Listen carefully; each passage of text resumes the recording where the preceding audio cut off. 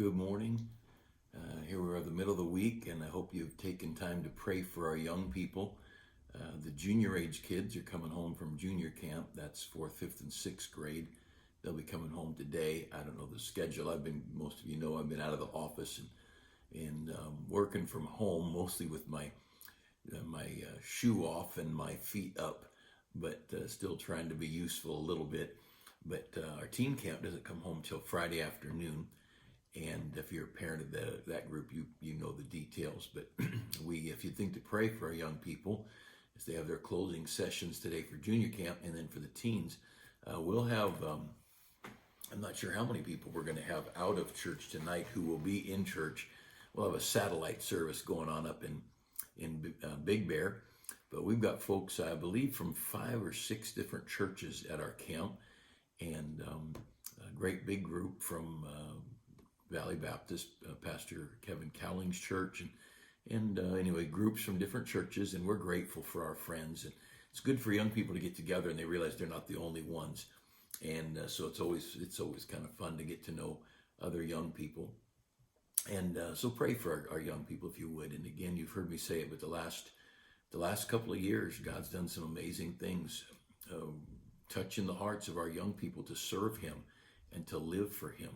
And we've really been blessed in an amazing way as far as the hearts of young people being surrendered to God and His service.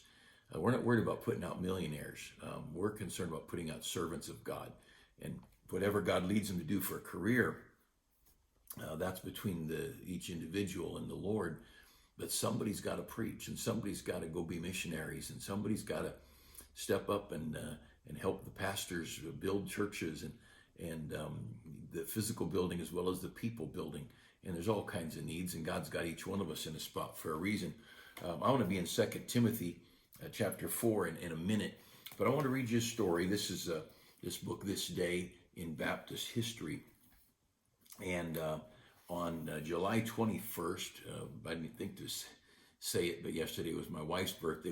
Because of everybody at camp and so much, we had a Saturday afternoon birthday party for my granddaughter Grace and for my wife, and we would have had had Josiah involved. His birthday and my wife's are close, but Josiah's off in either Indiana or Michigan somewhere, and he and his wife Ruth Ann are working with Kevin and Loretta Walker with Roundup Ministries for the summer, and getting to know churches and pastors and helping the Walkers, and then they'll be starting deputation in the fall to go to Trinidad. But I wanted to read just a brief story here on the 21st of July, and thank you that did things for my wife. I appreciate you being good to my wife and my children. On this day, there was a faithful, dear man, Alfred Saker, born, and I'll read a little bit about him. Going to the end of his life, 1879, an emaciated old missionary spokesman stood before the Assembly of Baptists in Glasgow, Scotland. He lifted his voice and said, "Oh, that I had another life to go out to Africa. The field is white and the multitudes are in darkness still." This was his last public message, and he went to be with the Lord.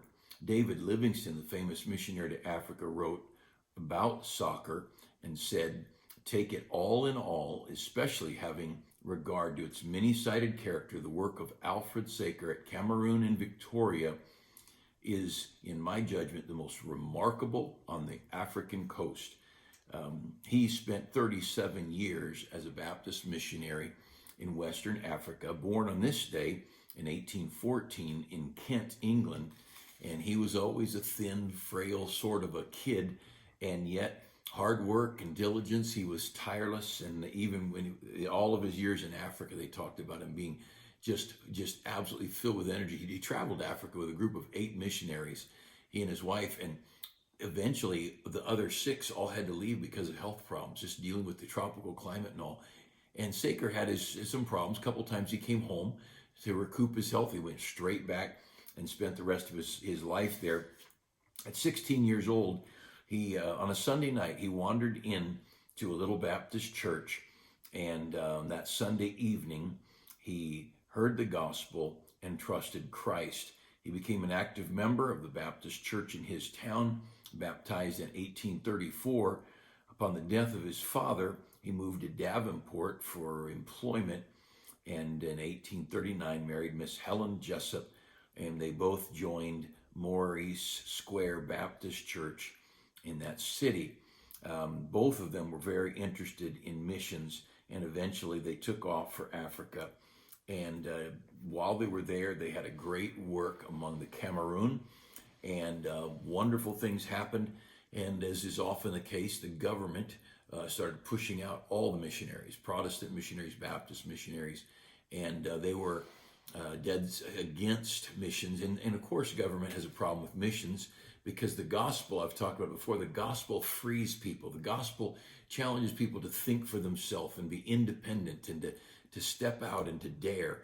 And government wants everybody to cower under them and do what they're told.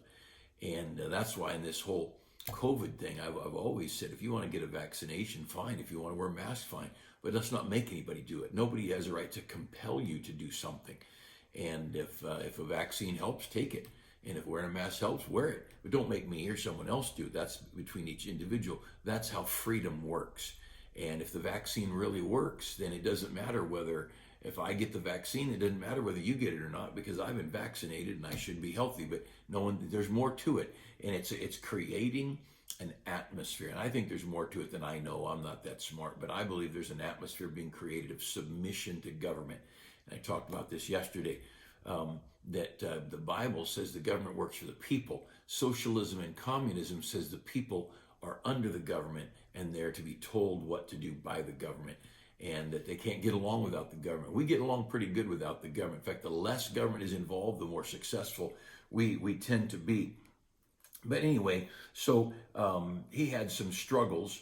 In 1849, he formed a church. He, because of his training in so many areas, he introduced in his school. He introduced agriculture, industrial arts, carpenters. He produced carpenters, smiths, and bricklayers. He was putting out workers who were capable of earning a living and being a benefit to society. 1853, so just 4 years later, the government insisted that the Baptists depart. So he moved his whole church across the river to another country, technically, where he could be free, and he just kept the ball rolling. This tireless missionary translated the Bible into the Douala language in 1862, and then revised it completely by 1872. 5 different times he had to return to England to rebuild his health, but he never stayed longer than necessary.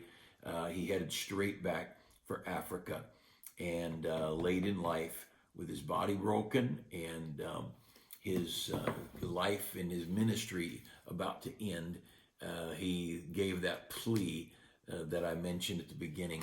If I had another life, I'd give it to Africa. And I wanted to take a minute and talk about what we do. You know, this is an old man, and he was at the end of his days, and he did not regret having lived for God.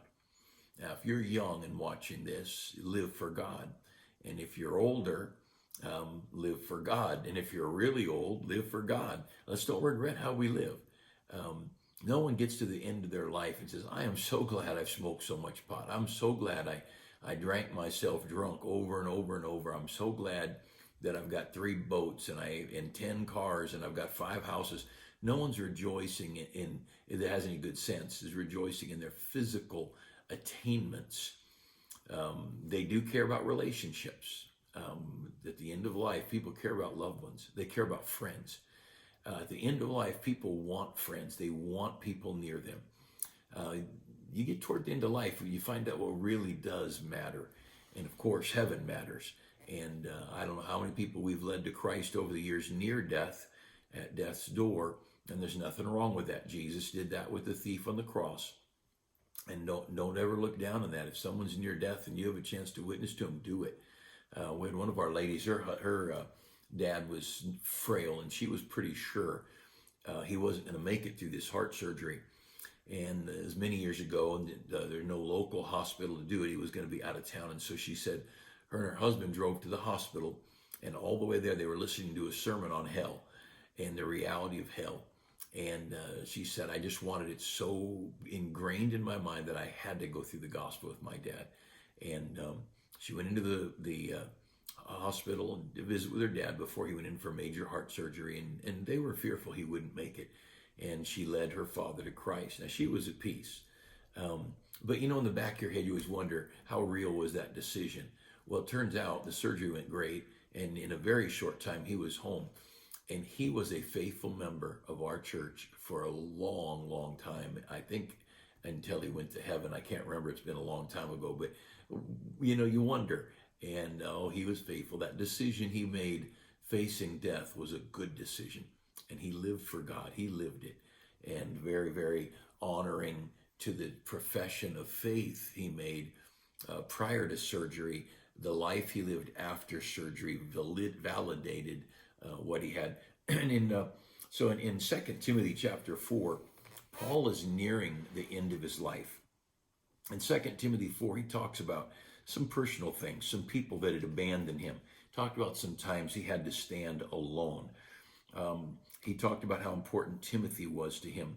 But in chapter 4, and down at verse 7, verse 6, he says, for I am now ready to be offered, and the time of my departure is at hand. For whatever reason, could have been, some people think he was beheaded.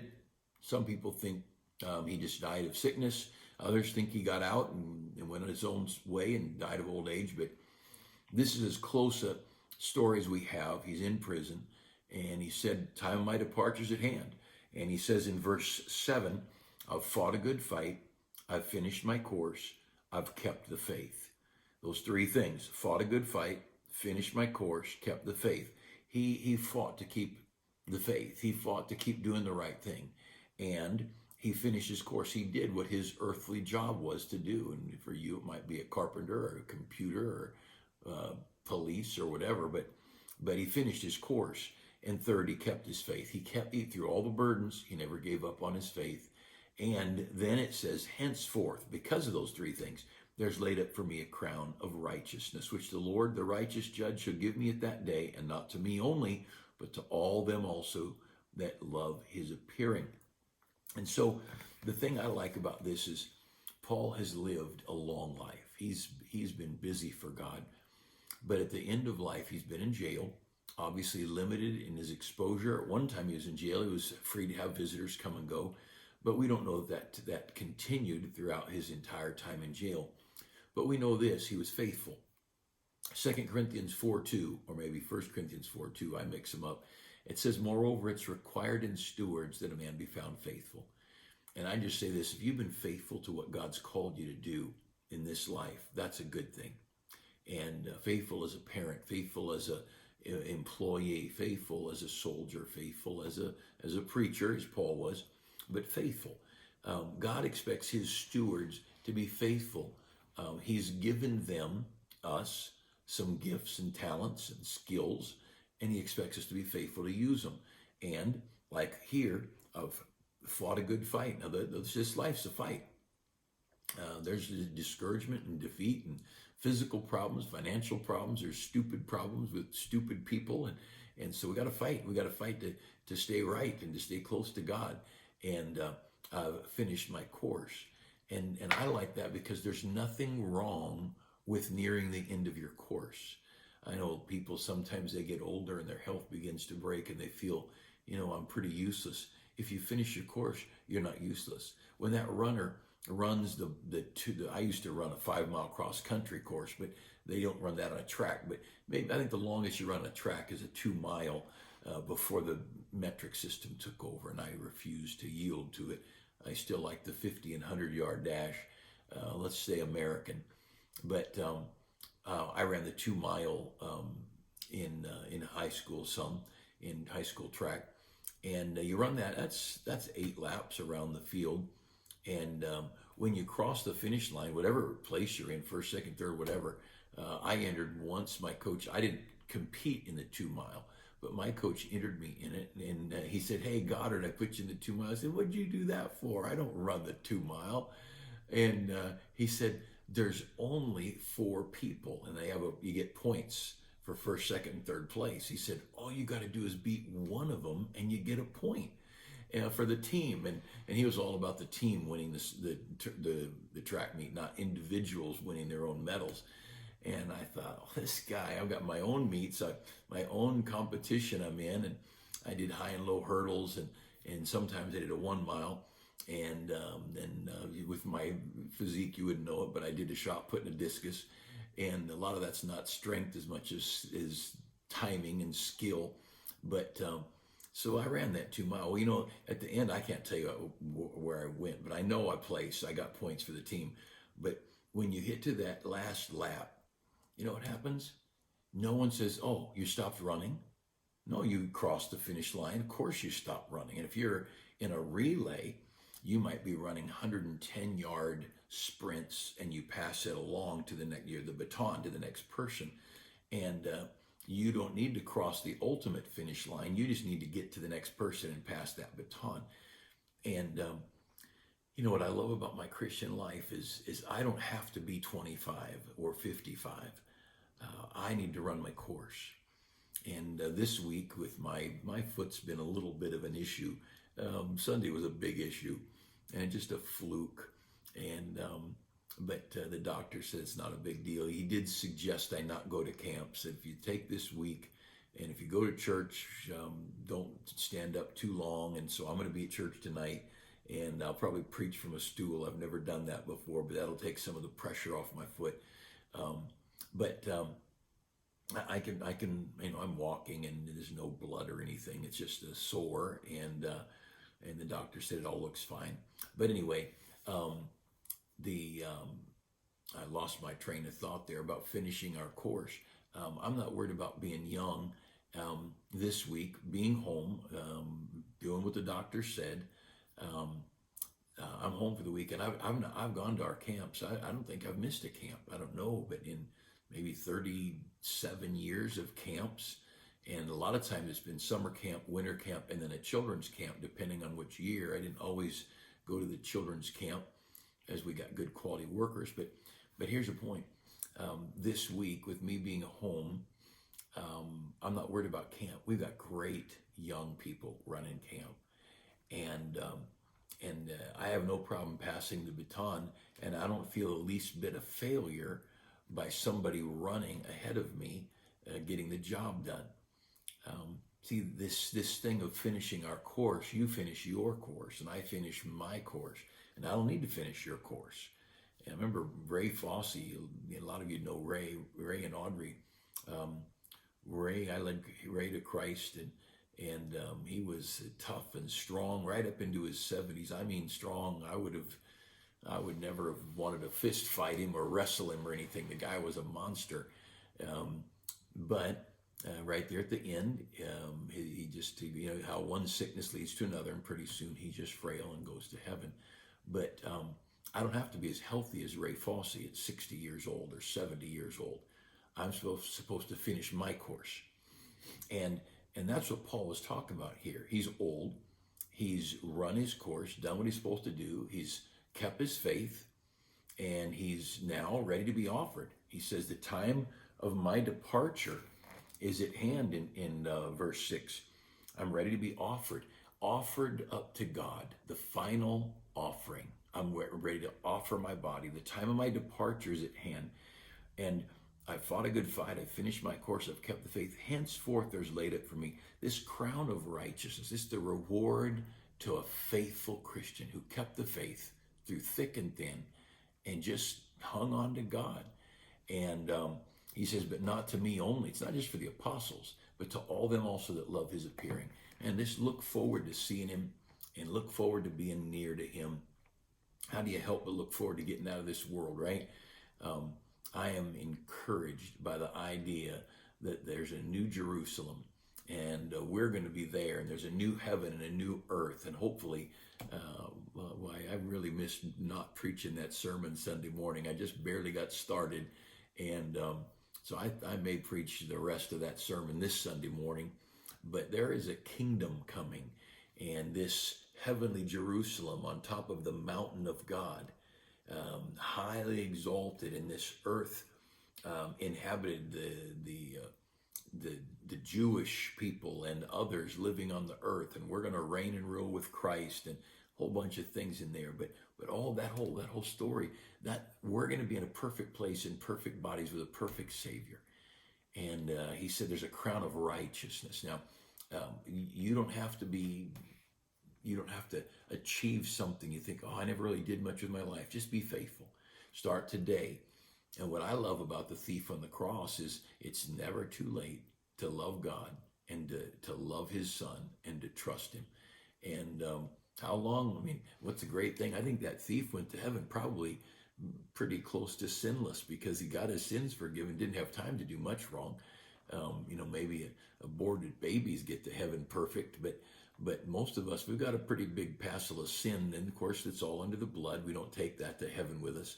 But that thief on the cross, he got saved, and within I don't know, a couple of hours, whatever, he was in heaven. He was in paradise, then he went to heaven. But anyway, fight a good fight, finish your course, keep your faith, and look forward to seeing him. And don't worry about being somebody you're not. Don't worry about being smart. I'm around some of my friends are so smart. And I think, man, how do you, their brain is different than mine. I am as common can be. But I've got a very uncommon God and a very uncommon book. And so by his grace, I want to be faithful. I want to fight a good fight. I want to finish my course. I want to keep the faith. And I want you to do the same thing. And like this great missionary that we read about, 37 years of his life in Africa. And I've got friends that were in Africa, and it wears on you. It ages you. 20 years in Africa is like 40 years in America, and it ages your body. But the more weak your body gets, the more you have to depend on God, and depending on God's a good thing. And I know I've found the more I am not able to just work harder, the more I know I need to pray harder, and I need more time with God because I don't have the strength to do what I used to do. So now I've got to trust God. Isn't that something? I think we were supposed to have been doing that all along. And so as our bodies grow frail, may our faith grow strong, and may we keep our faith. I hope you have a great day. If you can, see you tonight, Acts chapter 3, and at our Bible study at 7 o'clock, and the teen choir won't be singing, and it'll look a little thin tonight, I imagine. Half our church is up in the mountains. But we'll have a good night tonight. We will be in the book of Acts, and we'll look forward to seeing you. Have a great day.